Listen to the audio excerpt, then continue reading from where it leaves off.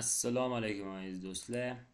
Sizlar bilan Habibulloh Web. Xo'p, bugungi darsimizda sizlar bilan getter va setter haqida gaplashib o'tamiz.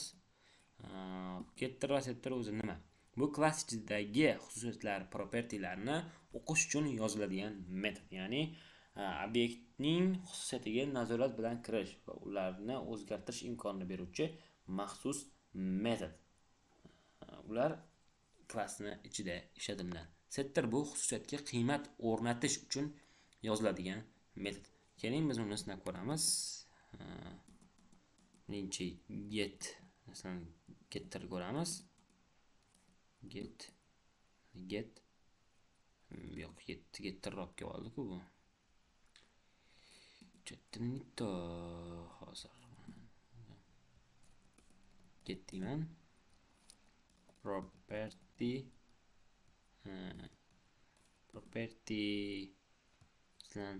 name deymiz. Name va bu bizga string qaytaradi.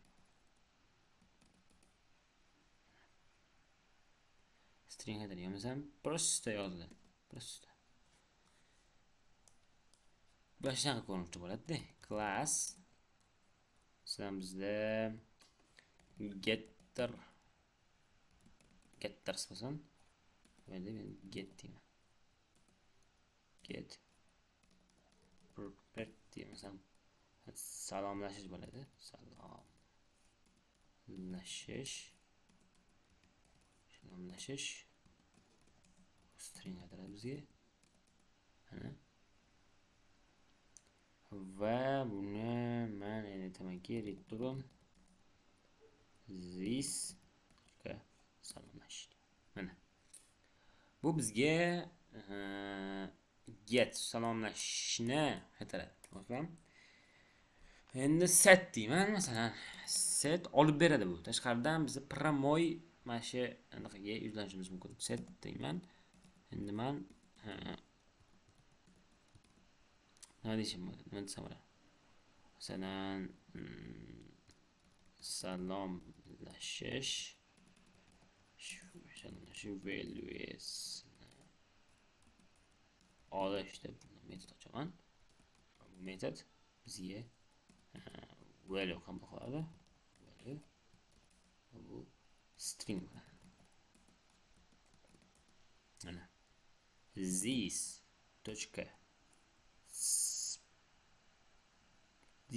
salomlashish nima qilamiz?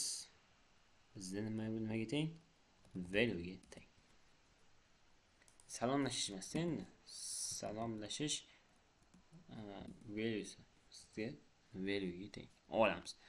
Nega getter va setter kerak? Endi men ishlatmoqchi bo'lsam, masalan, men endi const set deyman. Yozsam const setter new getter deyman. Va endi setter deb masalan mana setter deb noqob salomlashuv valuesini olsam bo'ladi. Ko'rasizlarmi? Va endi uni ichiga masalan nima desam bo'ladi? Salom desam bo'ladi. Masalan, boshqa property qo'ysam bo'ladi do'stlar. Hozir men buni sal yaxshi tushunmay qolgan bo'lishi mumkin, lekin men bitta zo'r misol ko'rsatib sizlarni. Ya'ni talaba klass, talaba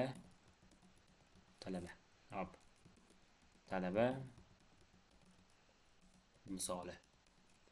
Talaba misoli class talaba misol student private ism string va private yosh. Endi number deylik. Mana ostki chiziqcha yana underscore nima desanglar, underscore o'zi bu getter va setterda ajratib turishi uchun bizda bir property getterdan ajratsin deb dasturchilar bir shunaqa ajratib qo'yadi. Getter va setter 100% sinxron. Foydasi uni encapsulation, ya'ni ma'lumotni yashirish, tashqaridagi o'zgarishlarni cheklash, ya'ni calculation, hisob-kitoblar uchun bizga kerak bo'ladi va u getter va setter o'zaro aka va uka hisoblanadi va klass ichida propertylariga o'qish imkonini beradi. Xo'p, cho'zilib ketdi. Endi men aytamanki, konstruktor ism string yosh number mana this ism mana this точка yosh mana ism uchun getter. Bizda keyingisi ism uchun getter. Ism uchun getter. Get ism. Ism uchun biz getter yoza olamiz.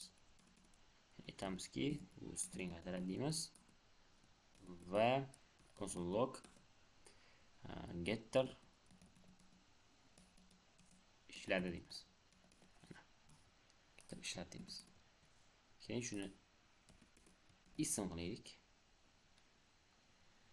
Va keyingisi bizda this qaytaramiz return. Bu bizda ma'lumot shunchaki bizga olib beradi. Chozlam bizda bu ism bo'ladi. Demasam ism bo'ladi. Keyingisi bizda ism uchun setter. Ism uchun setter bizda qanaqa bo'ladi? Ism uchun setter biz set bizda ma'lumotni yangilashimiz ham mumkin bo'ladi. Ya'ni yangi ism string va if yangi ism точка masalan length uzunligini masalan 2 dan katta bo'lishi kerak. Katta bo'lsa, masalan 2 dan kichkina bo'lsa bu true new error bo'ladi. Ya'ni 2 dan kichkina qilib bo'lmaydi. Ya'ni ism kamida 2 ta masalan 2 ta harfdan iborat bo'lishi lozim deb qo'yamiz. Va endigidan men this yosh masalan this ismga yozamiz, ism biz yangi ismga tenglashtirib qo'ysak bo'ladi do'stlar. Endi men shunda xuddi shu narsani yosh uchun get yosh deyman va bu number qaytaradi bizga. Number qaytaradi return this точка yosh bo'ldi. Keyingisi bizni bu olib beradi Jonslam. Endi bu esa bizda yangi qilsak bo'ladi. Masalan yosh uchun setter. Yosh uchun setter set yosh bu ham qilamiz. Yosh bo'ladi. Bu endi yangi yosh number. Agar bir shart beramiz, agar yangi yosh bizda 0 dan kichik bo'lsa yoki yangi yosh 100 dan masalan katta bo'lsa biz aytamizki console log yosh 0 va 100 orasida bo'lmog'i lozim. Va keyin return kerak bo'ladi va returndan keyin bu yoqda bizga this.yosh bu yangi.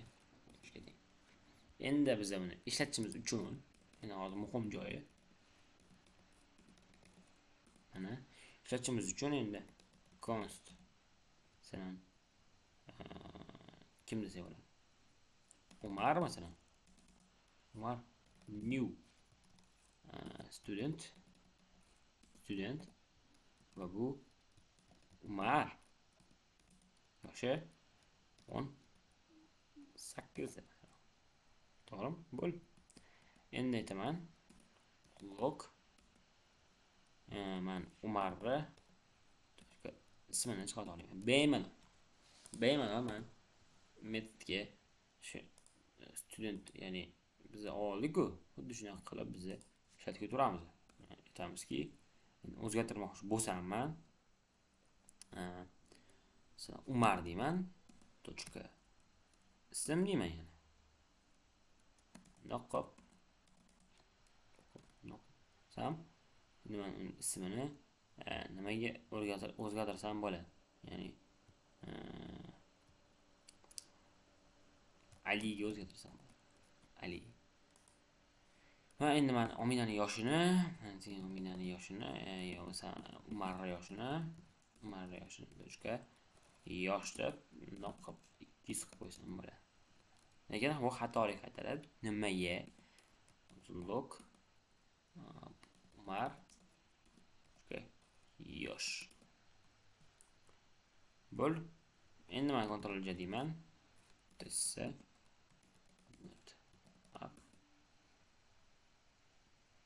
Mana endi getter ishladi deyman. Getter ishladi. Prosta men Umar ismini chaqirib qo'ygandim. Ya'ni tepadagi getter bu. Tepadagi ya'ni getter ishladi. Mana Umar ismini chaqirganim. Bo'lmasa getter ismini chaqirganimda ism chaqirildi. Labbay desin. Bo'l. Hop. This not up the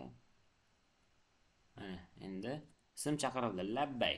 Umar ismi Umar. Yoshi 0 va 100 orasida bo'lmog'i lozim. Xo'sh, nimaga? Chunki men 200 berib qo'yganman. Va 18 chiqdi. 18 sababi men bitta 18 yosh berganman o'zi. Do'stlar, men endi buni alini masalan alini nomloq qo'yaman. A qo'yaman. Desa deyman. Not ko'rsam do'stlar, mana ism kamida ikkita harfdan iborat bo'lmog'i lozim, bo'lishi lozim. Muhim narsa bu yerda nima? Privet kalit so'zi. Privet kalit so'zi bizda nimani anglatadi? Privet kalit so'zi bu yashirincha, ya'ni tashqarida to'g'ridan to'g'ri o'zgartirib bo'lmas degan ma'noni anglatadi. Ya'ni men hozir Umar deb masalan noq o'zgartira olmayman. Ya'ni bizda mana bu propertylar o'zi nima? Bizda underscore bilan ism, underscore bilan yosh, to'g'rimi? Lekin men uni yosh desam, bizda unaqa narsa yo'q. Endi men bundoq turib yosh desam, unaqa bor. Bizda masalan to'g'ri o'zgartirib bo'lmaydi, xato. Ya'ni get va setter nomlari o'sha nom bilan ishlatiladi. Masalan, men olganman bu yerda, to'g'rimi? Ismni men masalan mana bu yerda konstruktorda ism deb yosh deb olganman, to'g'rimi? Va mana bu yerda getter deb aytganimda ism deb men getter deb ochganman. Ismni ochganimda bu konsul ism chaqirildi, labbaydan return ismni chaqiraman. Bu funksiya shunday. Men privatekini tashqariga olib chiqa oladi. Getter va setter. Shuning uchun men aytdim boshda, getter va setter obyektning xususiyatlariga nazorat bilan kirish va ularni o'zgartirish va maxsus metod orqali uni tashqariga ko'rsata olish qobiliyatiga ega do'stlar. Do'stlar, endi setterga qaraymiz. Setterda xuddi shunaqa, faqat bitta sharti bor bu yerda. Tekshirsa bo'ladi. Masalan, agar bizda ism uzun 18 ta harfdan iborat bo'lsa, 18 ta ism harfli ism yo'q deb aytishim mumkin. Yo'masam aytamanki, this ism yangi ism deyishim mumkin. Do'stlar, sizlar yangi ismni men buni qo'yishim mumkin.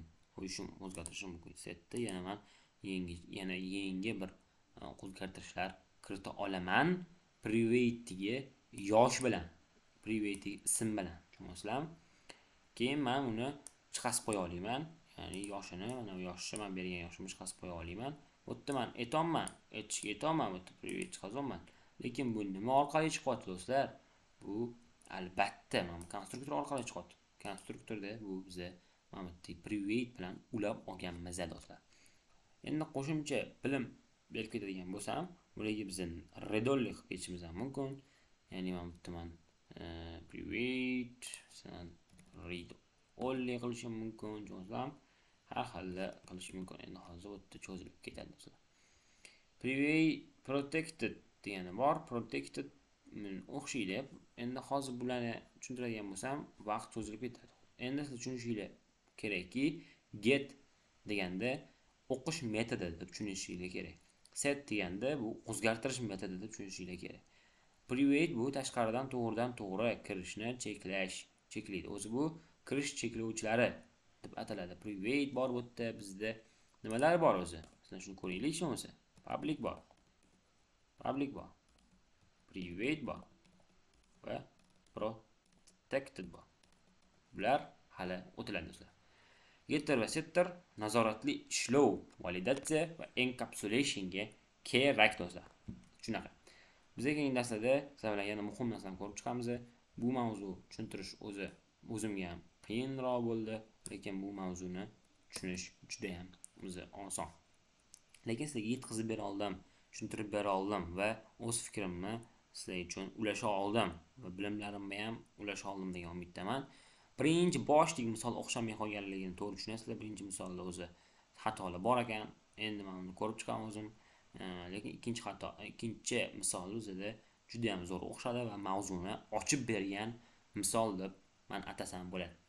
Shunaqa yaxshi o'zingiz uchun yana yozib ko'ringlar, sinab ko'ringlar va mavzu sizlar uchun tushunarli bo'ldi degan umiddaman.